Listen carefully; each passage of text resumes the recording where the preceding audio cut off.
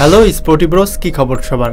আরও একটি নতুন ভিডিওতে আমি রোমান রাকিব আপনাদেরকে ওয়েলকাম করছি। আপনারা জানেন ওমেন্স ফুটবল নিয়ে একটা অকারেন্স হচ্ছে, যেটা নিয়ে আমরা কিছু কথা বলবো, এবং তার আগে প্রথমে মেন্স ফুটবল নিয়ে একটু কথা বলতে চাই। সেটা হচ্ছে হ্যাভিয়ার কাবরেরা, মানে আমাদের বাংলাদেশ পুরুষ ফুটবল দলের কোচ কিন্তু এশিয়ান কাপকে সামনে রেখে কিন্তু 38 সদস্যের প্রাথমিক একটা দল ঘোষণা করেছে। এবং খুশির সংবাদ, আপনারা জেনে খুশি হবেন, হামজা চৌধুরী প্রিমিয়ার লিগে খেলা, প্রিমিয়ার লিগ জেতা ডিফেন্ডার বা মিডফিল্ডার, তিনি কিন্তু প্রথমবারের মতো বাংলাদেশ দলের জার্সি গায়ে দেওয়ার সুযোগ পাবেন ভারতের বিপক্ষে 25শে মার্চ ভারতের মাটিতে।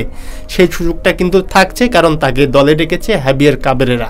এছাড়া সর্বোচ্চ 14 জন ফুটবলার কিন্তু ডাকা হয়েছে বসুন্ধরা কিংস ক্লাব থেকে।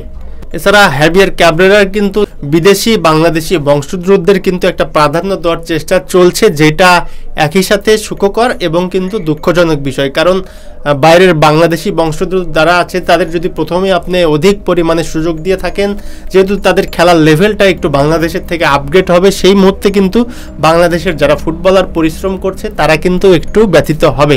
তো এই জিনিসটা মাথায় রেখে কিন্তু হ্যাভিয়ার কাবরেরা এবং বাংলাদেশ ফুটবল বোর্ড বাফুফের কিন্তু কাজ করা উচিত, যেহেতু এটাকে আমরা গুড সাইন হিসেবে ধরি বাংলাদেশের ফুটবল এগিয়ে যাওয়ার জন্য, প্রসারিত হওয়ার জন্য।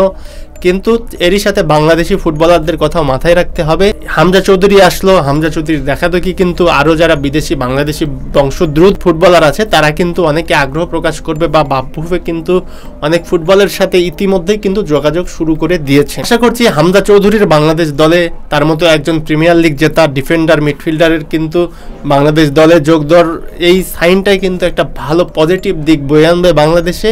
এবং এরই সাথে আর একটা হতাশার কথা বলতে চাই, সেটা কিন্তু বাংলাদেশ নারী ফুটবলারদের নিয়ে, যারা ছিল আমাদের গর্ব, এখনও গর্ব আছে। দেখুন, বাংলাদেশ নারী ফুটবলের যে অকারেন্সটা হচ্ছে সেটা হচ্ছে 18 জন ফুটবলার কিন্তু ট্রেনিং সেশন বর্জন করেছে।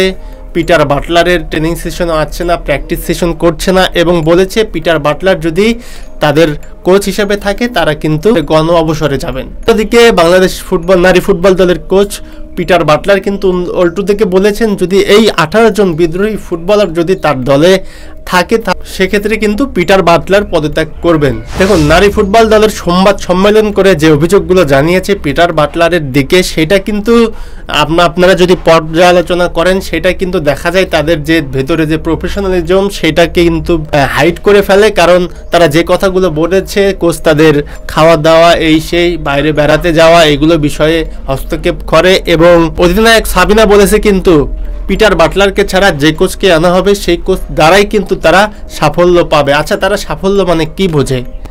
সাফ জিতলেই কি সেটা সাফল্য হয়ে যায়? আপনি সাফ জিতেছেন, ভালো কথা, বাংলাদেশকে গর্বিত করেছেন। আপনি যদি সাফেই পড়ে থাকেন, আপনি কি এগিয়ে যেতে চান না? পুরো এশিয়াতে সাফল্য পেতে চান না? অন্যদিকে সাবিনা আরও একটা কথা বলেছে, আমাদের বাংলাদেশ এই ফুটবলে দেওয়ার কিছু নেই, আফসোসের কিছু নেই। মানে তেনারা কি রোনালদো মেসির লেভেলে চলে গেছেন? 8-10টা করে ব্যালন ডিওর জিতেছেন, তাদের ফুটবলে আর দেওয়ার কিছুই নেই। 28 বছর বয়সী সাবিনা এই কথা বলেছেন। দেখুন, আরেকটা কিন্তু কথা উড়ু চলছে, সেটা হচ্ছে সিনিয়র ফুটবলাররা যারা আছে তাদের ফিটনেসের ঘাটতি আছে, এবং সেটা পিটার বাটলার উল্লেখ করেছেন, এবং তাদেরকে রেখে নতুনদেরকে সুযোগ দিচ্ছেন যাতে তারা ব্যতীত হচ্ছে, এবং দল থেকে বাদ পড়ার শঙ্কার কারণেই কিন্তু তারা এই সিন্ডিকেটটা করেছে।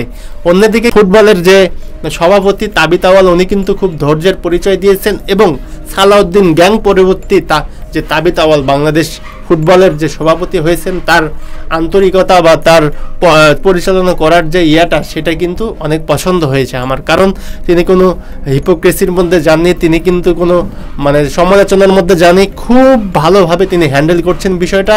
এবং তিনি কিন্তু লন্ডন থেকে এসেই নারী ফুটবল দলের সাথে বসেছেন এবং তাদেরকে অনেক বোঝানোর চেষ্টা করেছেন, কিন্তু সভাপতির বোঝানোর পরেও কিন্তু তারা বাংলাদেশ ফুটবল দলের প্র্যাকটিস সেশনে, পিটার বাটলারের ট্রেনিং সেশনে কিন্তু যোগ দেয়নি।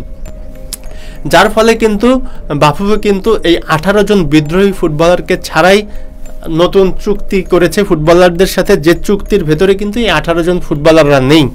এবং আপাতত তাদের কিন্তু ফুফে হোটেল বা যেখানে ফুটবলাররা থাকে সেখানে রাখার ব্যবস্থা করা হয়েছে। যদি তারা এই 15 দিন বা 10 দিন সময় আছে এর ভিতরে দলে যোগ না দেয় সেক্ষেত্রে কিন্তু তাদের চুক্তি থেকে বাদ দিতে হবে এবং সেক্ষেত্রে কিন্তু তাদের বাধ্যতামূলক অবসরে পাঠানো হবে। বাংলাদেশ পুরুষ ফুটবল দলের এই ভালো খবর, তার ভিতরে আমাদের সাবজয়ী নারীদের এই খারাপ খবর মিলিয়ে একটা কিন্তু সংমিশ্রণ একটা যে প্রতিক্রিয়া সেটার ভিতর দিয়ে বাংলাদেশ ফুটবল যাচ্ছে। আপনাদের মতামত কি অবশ্যই কমেন্টে জানাবেন এবং ভিডিওটি ভালো লাগলে ফলো অথবা সাবস্ক্রাইব করতে ভুলবেন না।